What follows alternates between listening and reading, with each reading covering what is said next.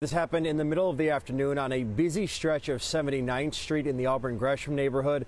A witness who we spoke with says he was coming home from work when he saw this shooting. He went to go help those victims who had been shot. That's when he heard and saw an infant crying in the back seat. Somehow that baby uninjured in all of this. Oh my God. Oh my God. A child believed to be less than 1 year old is whisked away by a Chicago police officer Wednesday afternoon after somehow surviving this. We muted the sound, but cell phone video shows at least 3 people with guns run up and fire dozens of shots into a white car. The shooters then get into a red car, stop in front of the white car, and begin shooting again, then drive away, all while a child was helpless inside that vehicle. Can we have an officer ride with the 1-year-old to the hospital? Thank God that baby is so young, they probably won't remember this day, but that baby's going to know that their mother was killed today.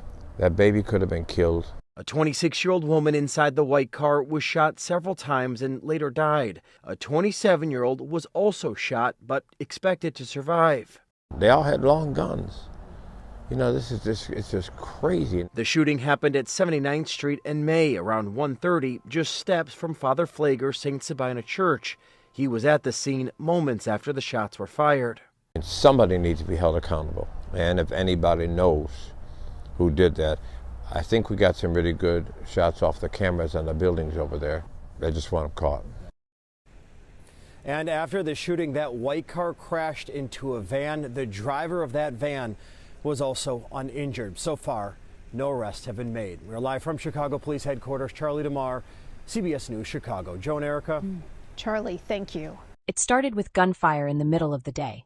More than 50 shots tearing through a car on a busy Chicago street. A 26-year-old mother gone. A baby in the back seat somehow still alive. And now, weeks later, a new rumor spreading online that a Facebook post may have played a role in why Gabryel Ayres was killed. Before we go any further, I need you to do something important. If you care about stories like this being told responsibly, if you believe victims deserve facts instead of rumors, take a second to like this video, subscribe, and click the bell so you don't miss what comes next. This is Midnight Crime, and your support keeps these conversations honest and alive. Gabby Ayres wasn't just a headline. She was 26 years old, a hairstylist, a young mother building a life one appointment at a time. People who knew her describe her as driven and protective, especially when it came to her child. She worked with her hands, talked with clients daily, laughed, shared stories, made people feel better about themselves. She had goals, plans, the kind of everyday dreams most of us have. On February 4, 2026, around 1:25 in the afternoon, she was riding in a car through the Auburn Gresham neighborhood on Chicago's South Side. In the vehicle with her was a 27-year-old man. In the back seat was her infant daughter, secured in a car seat. It was daylight, traffic moving. Nothing about that moment looked unusual. Then everything changed. Multiple gunmen approached and opened fire. Police later recovered evidence, showing more than 50 rounds were fired into that car. The vehicle was struck repeatedly and eventually crashed. Gabryel was hit multiple times and later died at the hospital. The man in the car survived.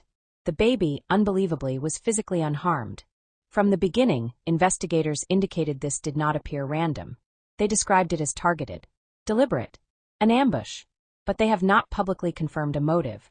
No arrests have been announced. Surveillance footage is still being reviewed. Rewards have been offered for information. And now, here's where things become complicated. Social media has started circulating claims that a Facebook post made by Gabryel may have triggered the violence. Some online users suggest something she said or shared led to retaliation. But as of now, law enforcement has not confirmed that narrative. No official statement has linked her social media activity to the motive. So we're left in a space that feels uncomfortable. On one side, verified facts, a targeted shooting, over 50 shots, an ongoing investigation. On the other side, online speculation growing louder by the day. And this is where the tension builds, because when information is missing, people fill in the gaps. But are they filling them with truth? Or with assumptions? When something this violent happens, people don't just want justice. They want answers that make sense. And when those answers don't come quickly, the internet steps in. Screenshots get shared. Old posts get dug up. Narratives start forming before detectives even finish reviewing footage. So let's slow this down together. Right now, police have confirmed this was a targeted shooting. They've confirmed multiple shooters. They've confirmed more than 50 rounds were fired. They've confirmed that Gabryel died, the man survived, and the baby was not physically injured. But they have not confirmed that a Facebook post was the reason behind it. And that distinction matters. Because once social media labels something as motive, it changes how people view the victim. It shifts blame. It plants the idea that maybe something was said, something was posted, something was done to cause it. And I want you to really think about how dangerous that line of thinking can be. Even if someone posts something controversial, does that justify an ambush in broad daylight? Does that justify firing dozens of rounds into a car knowing a child is inside? It doesn't. At the same time, investigators are likely examining every angle. In cases like this, detectives typically pull phone records, social media activity, messages, recent disputes. They look at patterns. They look at relationships. They look at timing. If a post was relevant, it would become part of the investigative file. But relevance and confirmed motive are not the same thing. What we do know is that the attack appeared organized. Reports indicate the shooters exited a vehicle and approached with intent. That suggests planning. That suggests coordination. And planning usually involves more than a single post made hours before. Here's the twist that makes this even heavier. Early on, investigators suggested the man in the car may have been the intended target.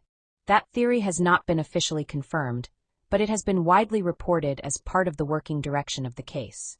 If that's true, then the narrative about a Facebook post connected to Gabryel becomes even more uncertain.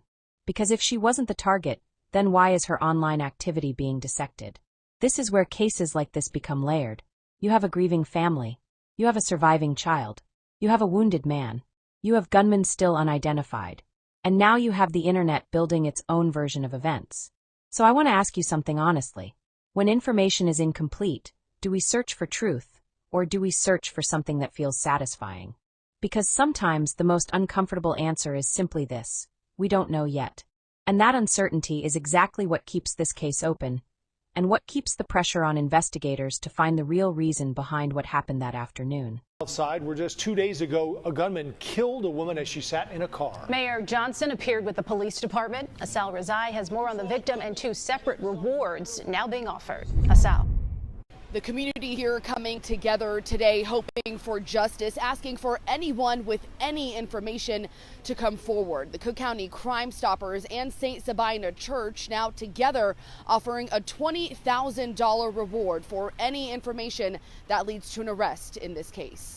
Please just continue to support us as we support you. A prayer vigil beginning with a symbolic moment of solidarity from 6 District Chicago police officers. We're here for you. We're out here. Their commander, followed by faith leaders and elected officials, including Mayor Brandon Johnson, talked about bringing justice and change to the South Side.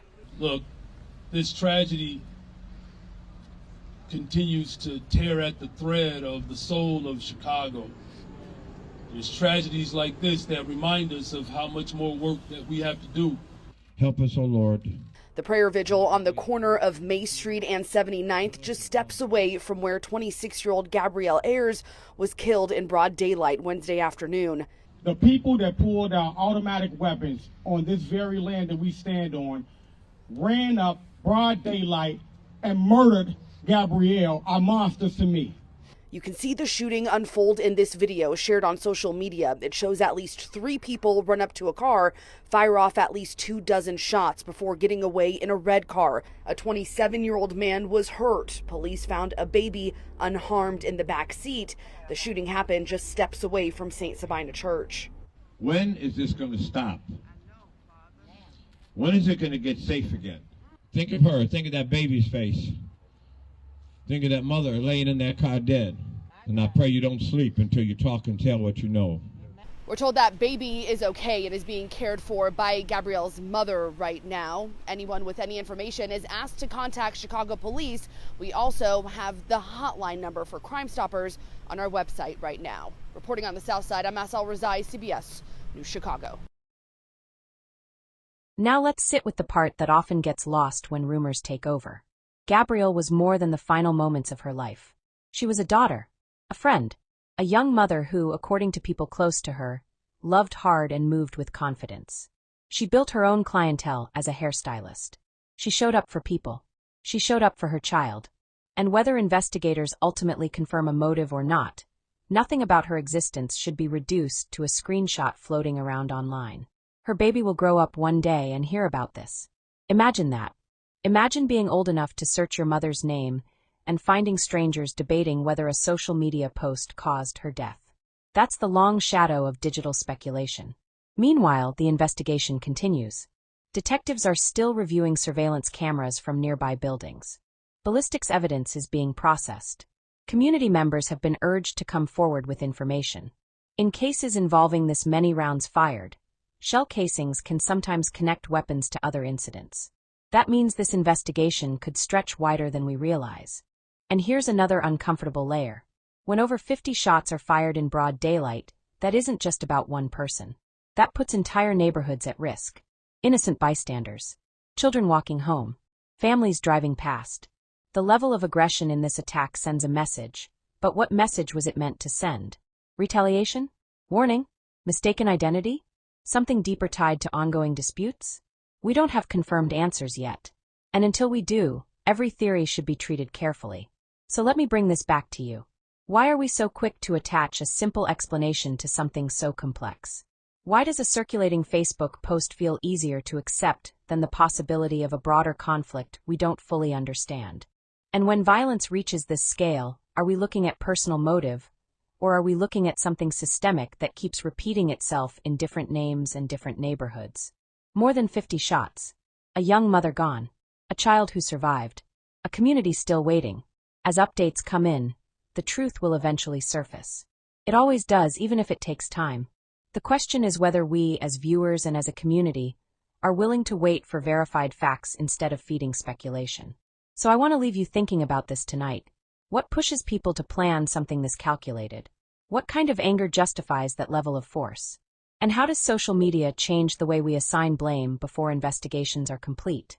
If you believe stories like Gabryel Ayres deserve careful discussion and not careless rumors, make sure you like this video, subscribe, and click the bell so you don't miss future updates. This is Midnight Crime, and we'll continue following this case as more information becomes confirmed.